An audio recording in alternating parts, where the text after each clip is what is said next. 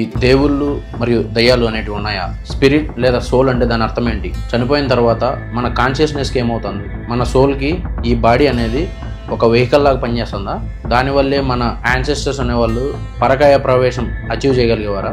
ఏలియన్స్లోని advanced సివిలైజేషన్స్కి మనం కొలిచే దేవుళ్ళకి ఏమైనా సంబంధం ఉందా? అవుటర్ స్పేస్ నాలెడ్జ్ లేకుండా సూర్యుని చుట్టూ 9 గ్రహాలు తిరుగుతున్నాయని చెప్పడం, పున్నమి లేదా అమావాస్య రోజుల్ని కరెక్ట్గా ప్రిడిక్ట్ చేయడం, సూర్యగ్రహణం లేదా చంద్రగ్రహణం వంటి ఎగ్జాక్ట్ డేట్స్ని ఎస్టిమేట్ చేయడం, వేరే ప్రపంచాలు ఉన్నాయని, ఈ బ్రహ్మాండం చాలా పెద్దదని, టైం ట్రావెల్ మరియు టెలిపోర్టేషన్ ఇలాంటి టెక్ కాన్సెప్ట్స్ అన్నీ ఎన్నో వేల సంవత్సరాల ముందే మరి ఏలియన్స్కి దేవుళ్ళకి మధ్య ఉన్న కనెక్షన్స్ ఏంటి, ఇవన్నీ తెలుసుకోవడానికి నా ఛానల్లో ఒక ఫుల్ వీడియో అప్లోడ్ చేశాను.